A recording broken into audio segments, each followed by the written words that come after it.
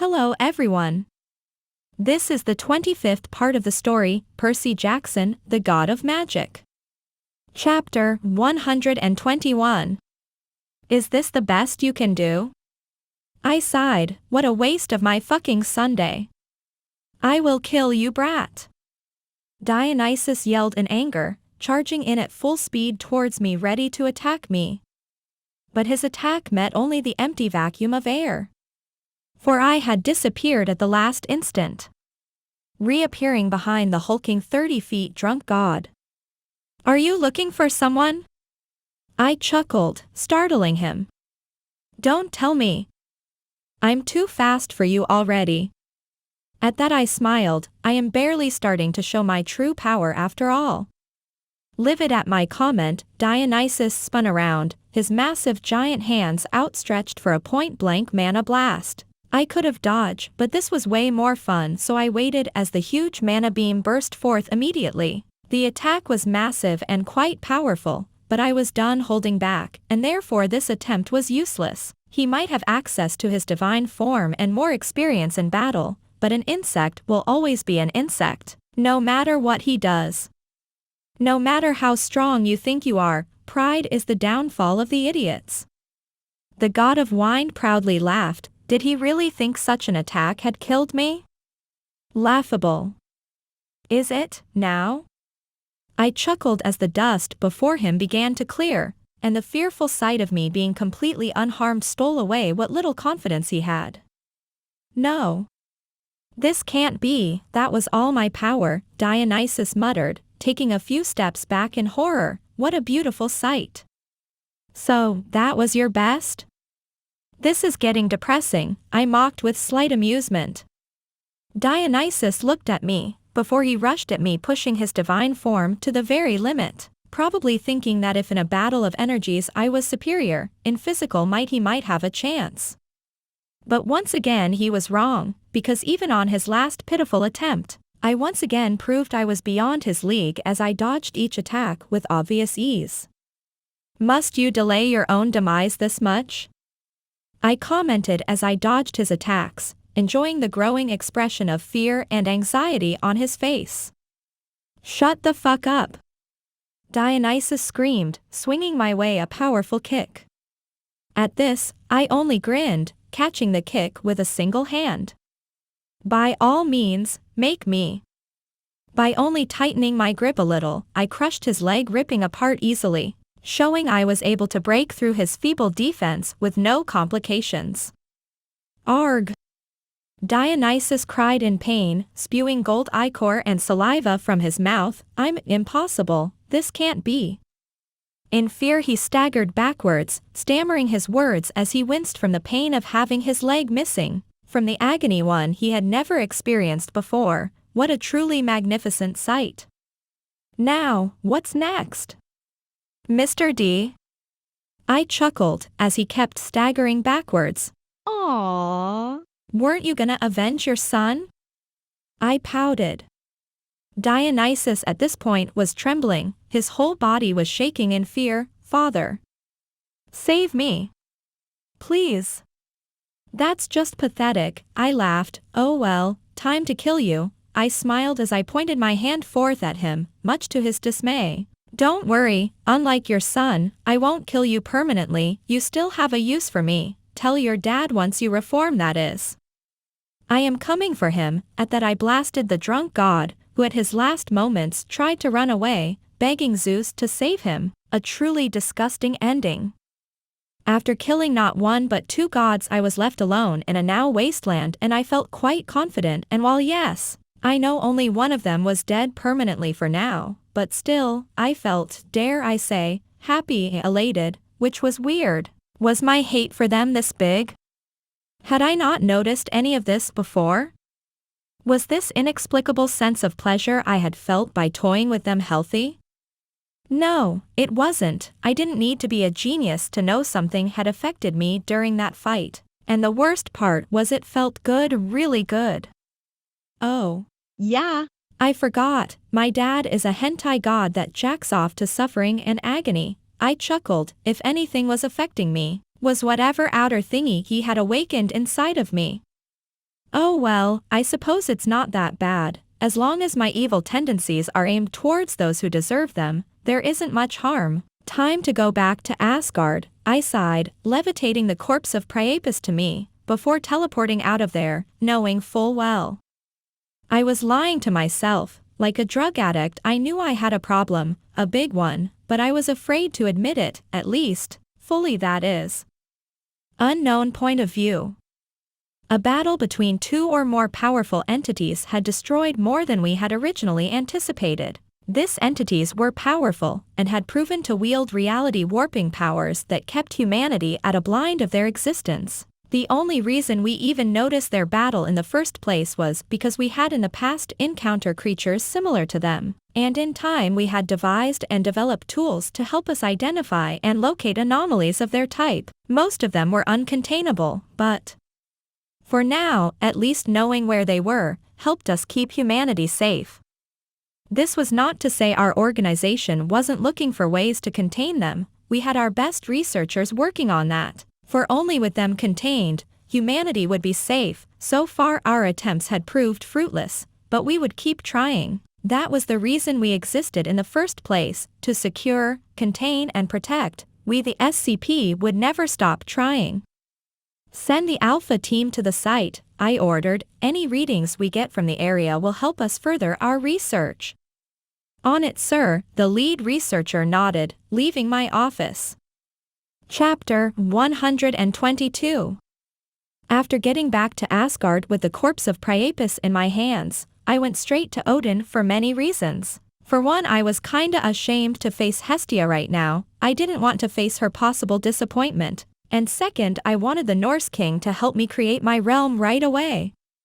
Odin, like I had anticipated, immediately started to help me with the process of sacrificing the god to create the safe haven. For the children of the gods who had joined my cause, his vast experience on the subject was crucial, for only him knew how to work such a spell. After all, he used with Ymir. The process in theory was relatively simple. What made it hard was the creative aspects of it, like, what would be inside the realm? What kind of rules would this realm would have to abide in terms of physics? Every little detail was important, and it was up to me to make sure everything worked. Odin himself said this part of the process was crucial, for if I forgot even the smallest detail, like adding oxygen to the realm, it would fuck the entire thing up. Fortunately for me, I had a professional in this subject helping me create the realm. My template, a healthy forest with lots and lots of animals and fruits. I mean, nothing like a healthy forest to say it's a healthy environment, and anything extra like the housing and other stuff would be easily added with magic. I was a god, after all, and creating things out thin air was quite easy. So I had to ask myself in the process, what was a priority when hosting mortals? Right way, the first thing it came to mind was water, drinkable water at that, then food, but that wasn't all. Humans needed more than that. They needed good weather, not too cold or they would die, not too hot or they would die. Also they needed a source of food, or they would die. Starting to see a pattern there. Anyway, with those parameters in head, I started to mold my pocket realm with the guiding hand of Odin helping me in every step of the process. Remarkably, once you had the parameters set, the rest worked was pretty much on autopilot, and in less than 10 hours I had my own pocket dimension. Eat a dick abito. My personal dimension came out, well, perfect. I kinda expect this to not work out as intended, but surprisingly it did. The forest I had created with the essence of Priapus was big enough to host up 100,000 humans or demigods, and had all the necessary things a mortal being could possibly need for survival, from breathable air to internet connection. I added that last thing during the last second. I mean, a forest is good and all, but no entertainment? I mean, I will be hosting hundreds if not thousands of young teenagers. God, that sounds bad. Anyway, I will have lots of kids with nothing but the sound of nature to entertain themselves? Yeah. I might as well kill them, a bit harsh, but I'm sure most get the sentiment. Besides, that way they can kinda forget I'm about to go to war with Erectus, I mean. Zeus, and before anyone asks, but Adam, internet alone doesn't work, I know I need electricity, and stuff to use that electricity like computers and phones, and to answer that, bitch, did you forget I am a god? I can create hundreds of consoles and TVs that have no need for cables, and would use the global Wi-Fi of my world. Yes, the internet connection is global. I am impressed you added global Wi-Fi at the end of the process. Odin chuckled. What is the password though? He asked, pulling a smartphone of his pockets. Zeus, it's a bitch 23 dash, I replied. All caps? Or just the first letter? Odin asked. Just the first letter, I smiled. Wow, 1000 terabits a second, Odin whistled. Thor will definitely move here. I am a fair god, in my rule there will be no lag, no loading times, and everyone shall refer to Annabeth and Pennybeth. I declared comically. As you wish, Odin laughed. Hestia point of view. I was still trying to process what the succubi had told me that day, that Adam loved me. It was such a foreign concept for me. After all, love of that kind only brought suffering to both parties involved. I had seen not only my sisters but my mother suffer at the hands of love, Zeus with his infidelities, Kronos with his paranoia, Poseidon with his wrath. But would Adam do the same? Would Adam hurt those he claimed to love like everyone I had seen before him? I just couldn't picture him doing such a thing. His feelings were unchanging, unmoving. But even then, it was best if things were kept the way they were right now. Adam would eventually find someone else to love. Is that jealousy I feel coming off of you? Honey giggled as she entered my room. Look, I can't assume to understand your fears, but if you have to shut the poor man down, do it with care. He really loves you. I know you have some past scars. That will probably never heal, but Adam is not to blame for them. He is sweet, honest, and a bit childish at times. At all times. But he is always there for you when you need him. I know, I smiled. Adam was that and more, much more. But you still won't give him a chance, Honey frowned. I have seen what love makes of others, I sighed. I don't want to suffer, I don't. Adam, making you suffer? Honey snorted. If there is one person that would move heaven and earth for you is him. What you have in him, it's what many would wish to have, love of the purest kind. He didn't fell head over heels for you, because of your body, or your position, or your virginal status. He fell for you because, well, it's you. I don't mean to sound offensive, but... I sighed, but how can you know? You barely know him. Every time he speaks of you, his eyes change. It's like as if for a moment, he forgets all the shit the world has thrown at him. Honey smiled, and for some reason it made me unimaginably happy to know that. I knew he was different to most men when I saw his emotions for you. So it is true, that voice. Athena? I had a feeling the kid had feelings for you, but this confirms it. 2 virgins and a slut, Honey snorted. What an odd group we have here. I think you should give this a second thought, Athena stated, much to my surprise and Honey's surprise. If everything goes well, he will rule over the gods in Olympus, and what best to keep him in check than a queen of pure heart, that is, if you love him like he loves you, otherwise this conversation is pointless. I think it's best we leave this conversation like this, I sighed, loving him or not. I wasn't ready to make such a decision. Understandable, Athena nodded. I suppose as long as we keep him close to you, he won't become a monster. Chapter 123. Now that I had a personal pocket dimension at my disposal that would serve as a base of operations, and a camp for the demigods of my followers, it was time to transport the kids to save them from dying or possibly worse at the hands of Zeus and his people, which thanks to Athena the entire process was remarkably easy. She single-handedly contacted every god I had on my side and managed the process, moving each kid, including her own, ensuring the result was to her unbelievably high standards. Which meant, Annabeth was under my roof now. Okay, back to business. After pranking Annabeth, she updated me in the situation. After getting over her initial shock of processing that not only I was a god but was waging war to Zeus, can't really blame her. I went from a lovable guy to a guy whose father works in the hentai industry, which really brings up the point that I have to ask Lido, my mother who I have yet to meet, what the fuck was she thinking banging that? Ew. Getting a big off track here, the point was, my personal base, dimension or realm was complete. I mean, I still needed to create a few items like houses and stuff, but considering all my supporters are minor gods, they might as well do that themselves and help out. Athena, I called, and immediately after she appeared in front of me, please finalize the details left for the camp. Very well, Athena nodded, I will make sure the campers have everything they need. Any rules I should abide by while working on the camp?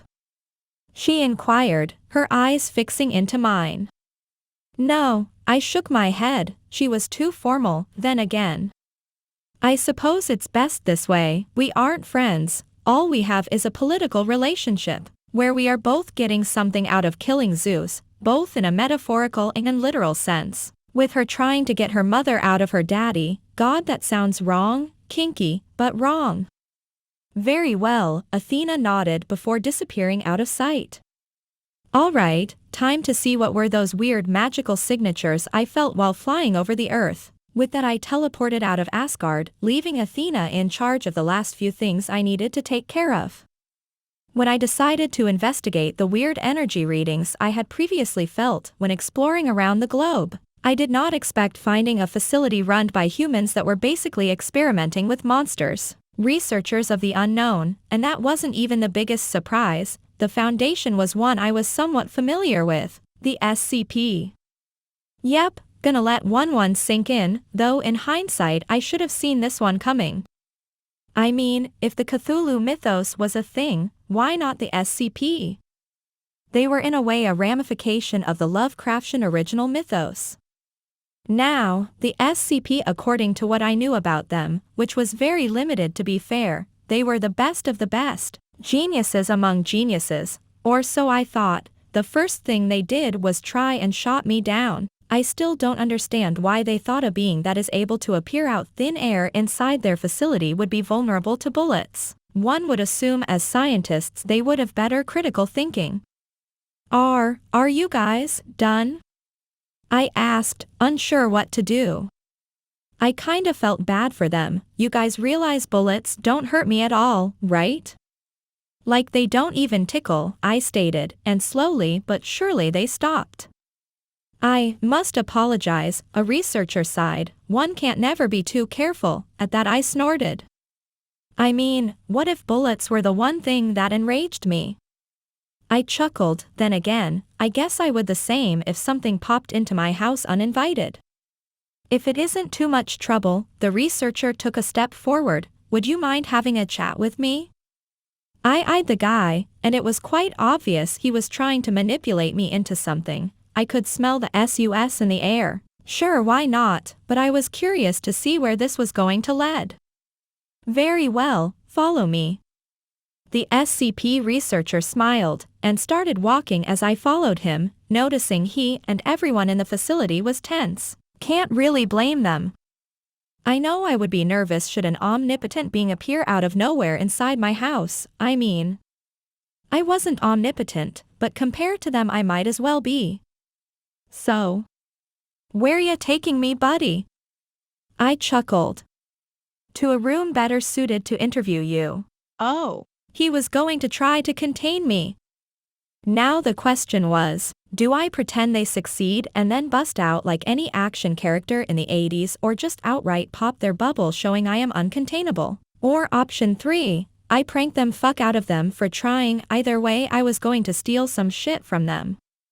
Here it is, the SCP researcher pointed to a room that. Well, if I were the Hulk I would have problems, won't the room, but in reality, all of this insulted me. They weren't even trying to trick me. I sighed. I am honestly insulted. If you were going to try and contain me, at least lie to me, trick me, this is. I don't know what it is, but sure as hell is disappointing. At this the researcher didn't seem impressed, heck he didn't even seem fazed. Jiganorm's balls, I tell you, I have to try. I know you are seeing through me. Not making it hard, genius, but okay, so, how about you walk in? If the room can contain you, then that's the end of the story. You win. If it can contain you, well, we win. Fine, I chuckle, gotta admire his humongous balls. I mean, I could squish him like a bug, and yet here he is, risking his life to contain me. Adorable. Now what? I hummed inside the room. At this the researcher slammed the door shut, and a bunch of lights and lasers started to cover the room. Now you stay there, the SCP researcher declared boldly. Or. I snapped my fingers, turning the room into popcorn, the entire room. Or I can do this. I suppose so, the SCP researcher gulped. Now. I have no idea what kind of entities you deal with, but I can't be contained, but I can be pissed off, ergo why I am going to do what I am about to do. I smiled as evilly as possible to him. I hope y'all enjoy being a different gender, and speaking a different language for a month. Once again I snapped my fingers, gender bending every human in the facility. I suppose this the better than dying, the ex-male SCP researcher sighed. I had to try. That's what the C in SCP stands for, contain. I can respect that, but, now, let's talk about business. I have something and, what am I talking about? I can just take it. I realized mid-sentence I did not need their approval to take a certain SCP with me. The one I considered, it would help the kids under my protection the most. SCP of 5094, which according to the memories I had access to on the now female researcher, was currently located on SCP Site 15.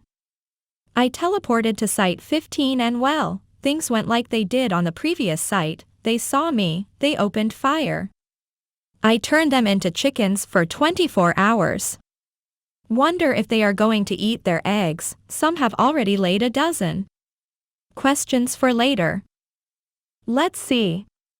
According to the memories of the people, now chickens inside here, SCP of 5094 should be around. Here, I pointed to a specific location in the facility, while some chickens tried to stop me. Remarkable. Anywho. The SCP I was looking for was in an isolated room with no security, not that they needed any. This SCP was a computer game made to teach kids and adults anything, in a remarkably fast way. Hello. I chuckled, turning the computer on. Good morning, whiz kid. Are we ready to learn? The SCP said from the computer. More like I'm ready to steal you, I chuckled. There are a bunch of kids that needs a supernatural teacher. And you kind of fill that role perfectly. Oh my, well, as long as I get to teach others, I will be happy to assist you. Awesome, I smiled. Care to have a math lesson with me before we leave? Sure. I chuckled. Why not? Time to test her skills teaching. Chapter 124. Zeus' point of view. The brat had dared to oppose in more than one occasion, declaring himself as the enemy of Olympus as a whole. His transgressions were severe, like temporarily killing my son Dionysus in battle and permanently killing my grandson Priapus prior to that. And that was just the most recent ones. The little bastard had managed to get Hestia and Athena betray me alongside various minor gods that now were rebelling against me. But I wasn't worried at all about this upbringing, for no matter what they did, Adam the god of nothing and his allies would soon face the wrath of Olympus, and fail like many before to carry out their deepest desire, my throne. Persephone and Hades are not responding to our callings, Hera commented, as she sat on her throne. I think it's safe to assume they are also siding with him. Ha! I barked in laughter. Had my brother, Hades, lower his standards so much that he now bows to a child? Let him, I shall personally punish him for betraying me. Maybe taking Persephone from him permanently would teach him a lesson. I know that look. Demeter hissed in anger, I don't care what you do to our brother, but keep your hands away from my daughter. In anger I slammed my fist into the throne, breaking it in half. Know your place, Demeter, and don't presume you can tell me what I can or cannot do. You insufferable brat. Demeter stood up, glaring at me. I don't blame Hestia and Athena for betraying you, you are despicable. Watch your tone. I angrily reminded her. Or what? Demeter laughed bitterly, you will kill me? Go ahead. Kill one of your allies, might as well do it while I still am. I glared at her, summoning my master bolt. If she was so eager to bath in the waters of Hades, I would gladly oblige. Enough. Hera shouted, fighting among each other will solve nothing. Tell that to the entitled brat you have for a husband, Demeter snorted. I will go and talk with Persephone, and let you guys know what is the situation with them. With that, Demeter teleported out of Olympus, leaving her throne empty. This is all his fault. I hissed, throwing my master bolt at Demeter's throne, obliterating it. Everything was under control until he appeared. I know, which is why we have to act smart, Zeus. Don't let your anger cloud your judgment. Hera sighed, rubbing her temples ever so lightly. As we speak, Adam is gathering forces in every possible way. And we have to do the same. If we keep antagonizing our current allies, we will lose this war. So we have to act smart. His entire campaign was made to target those who had suffered under your reign, all thanks to Athena, no doubt. And with Hestia on his side, most think his cause is the just one, I sighed. Exactly, Hera nodded, and with Kronos moving we have to act fast. We have 2 wars to fight and barely enough power to win them all. I had almost forgotten Kronos was on the move, I begrudgingly admitted. Perhaps we can exploit that.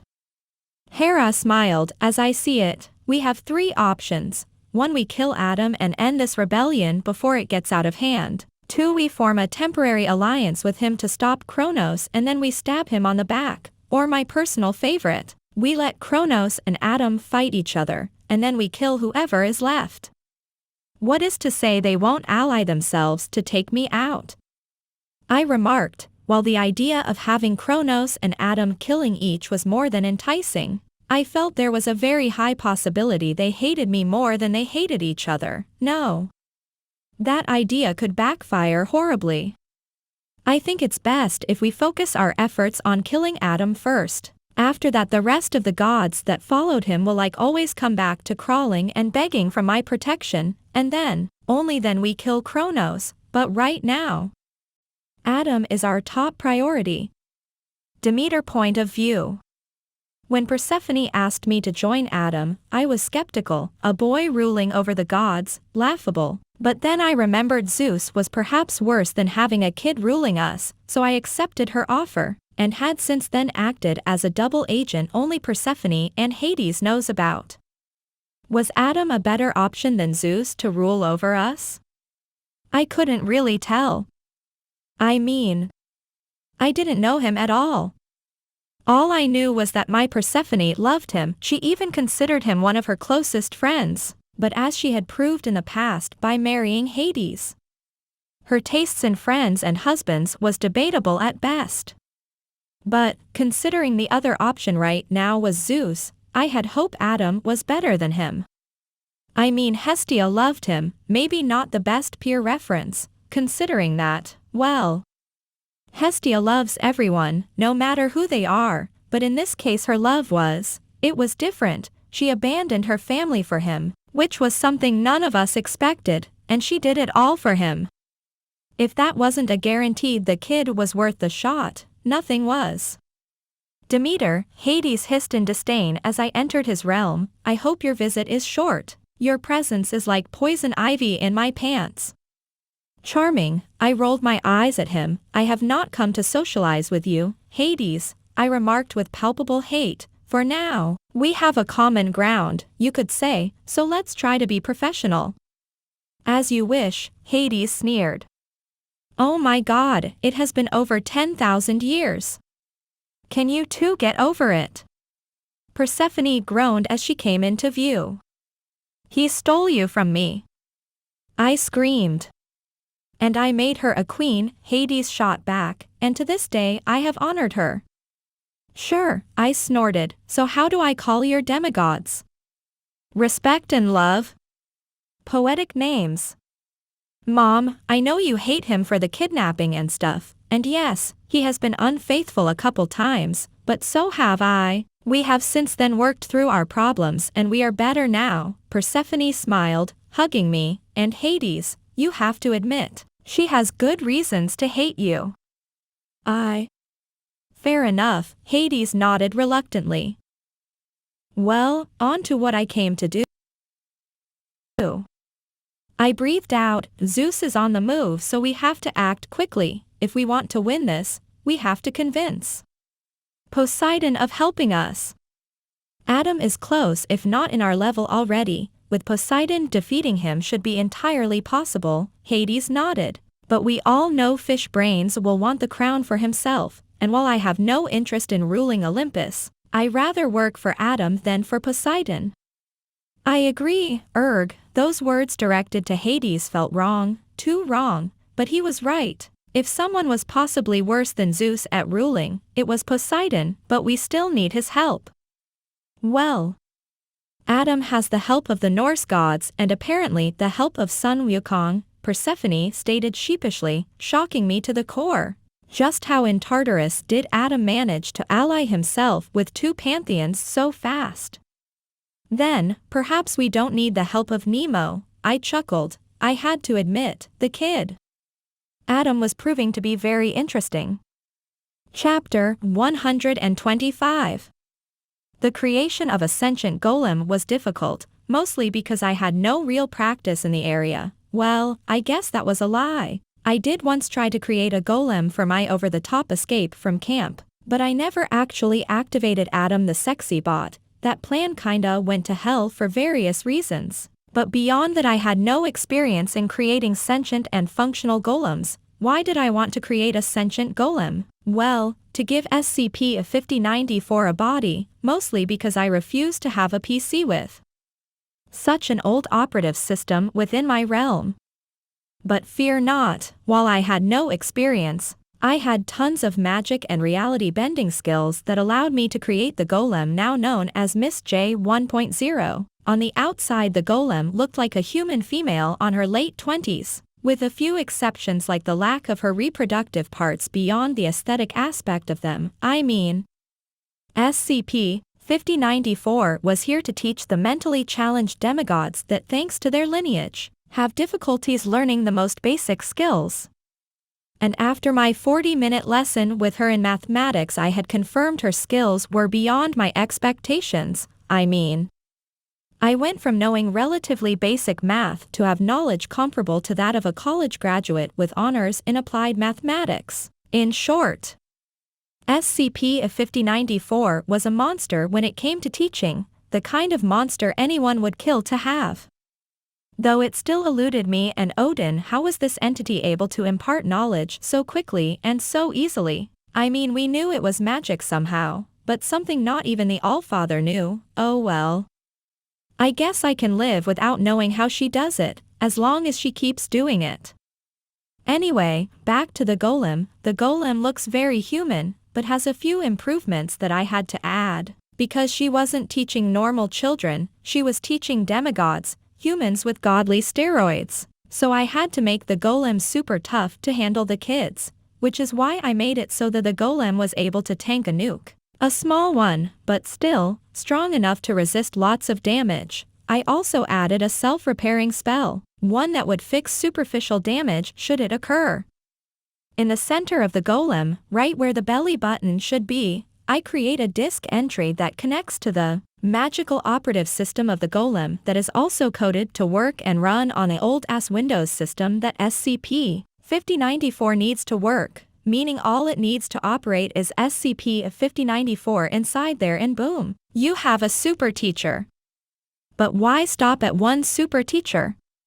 You see, After I created and tested the golem, I realized the SCP Foundation had other copies of the program, 36 to be precise, and well, let's you say I went back and stole all of the copies they had, and proceeded to mass-produce the golems, changing minor cosmetic details amongst them to make it easier for the kids to identify. To summarize, I didn't have one super teacher, I had 37. After that, it came the worst nightmare of every developer, be it magic or not. You have to beta test the product before releasing it to the public. Wish some games did that, anyway. Fortunately for me, there weren't many bugs or problems. I mean, I did have to give them the ability to materialize stuff to teach the kids, which in theory was easy. But I had to blacklist anything potentially dangerous from their range of possibilities, to avoid accidents. So after a few magical patches, I had an army of super teachers ready to make my Greek kids super smart. Oh, that reminds me. I think Athena has a boner for SCP-5094, like, a big one. She's been more than interested in this project, almost to the point of obsession, and that wasn't even the creepiest part. Annabeth also had a boner for SCP-5094, poor Pērcy. Then again, I can hardly blame them. A golem capable of turning anyone into an expert on any field of knowledge in 1 hour or less was boner-worthy. I mean, I know college students that would suck a lemon for that. I seem to be fully operational, Miss J01 giggled as I went over the last check before dropping her golem ass onto the camp inside my realm. I never thought I would get to actually interact with my students. What a wonderful world of possibilities awaits me. Never seen a teacher so excited to teach before. I chuckled. All right. I think you are good to go. Now a quick reminder that while you don't need food at all, I made it so you can eat apples. Not sure why I did that, but it felt right. Why did I do that? That seems entirely useless, and it took me 8 extra hours to add. I really need to list my priorities before working on them. Wonderful. Miss J01 smiled. I can't wait to eat all the apples my students bring for me. Perhaps that was the reason? Still a useless add-on though, like a blind man wearing glasses, that kind of useless. Alright, I chuckled, now go and make them less dumb. I will do my best. And with that I released Miss J01 into the wild, and by that I mean into my realm, filled with over 300 teenagers. I guess releasing her into the wild would have been more humane. Don't envy her mission at all. If I had known the SCP had such a wondrous tool, I would have raided their facilities decades ago. Athena commented, coming into view. Anyway, I have a message from Hades. Anything urgent? I asked and she nodded. Zeus will focus his entire effort on destroying you. Athena nodded. He is ignoring Kronos, for the sake of killing you. Then, we better prepare, don't you think? I chuckled, and I wasn't going to lie. I was excited at the prospect of facing Zeus, but not right now. He was still stronger than me, but not for long. I was after all a growing god, and in my future I saw a few unfortunate souls shattering that difference between us. Oh. What fun shall I have? This marks the end of part 25 of the story Pērcy Jackson, the God of Magic. Thank you for listening. Please like the video and hit the subscribe button to listen more. Hit the bell icon to get notified of all the new content uploaded to the channel ASAP.